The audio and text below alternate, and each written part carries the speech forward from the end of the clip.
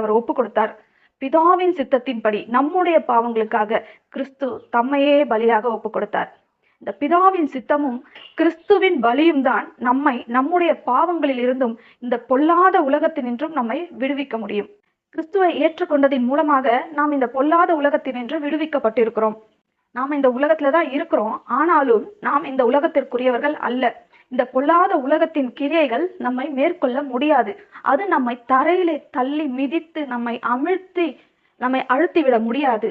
இதை நீங்க விசுவாசிக்கணும். இந்த உலகத்தின் பொல்லாத கிரியை நம்ம ஒன்றும் செஞ்சிட முடியாது அப்படின்னு சொல்லி நீங்க விசுவாசிக்க வேண்டும். ஏனென்றால் இந்த பொல்லாத உலகத்தில் இருந்து கிறிஸ்து நம்மை விடுவித்திருக்கிறார்.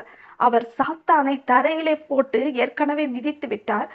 அதனால நான் இன்று சாத்தானோடு போராட வேண்டிய அவசியமே இல்லை. அவர் அவனை தோற்கடித்து விட்டார். சிலுவையில அவர் அவனை தோற்கடித்து வெற்றி சிறந்தார். அவருடைய வெற்றி என்னுடைய வெற்றி. அவர் அவனை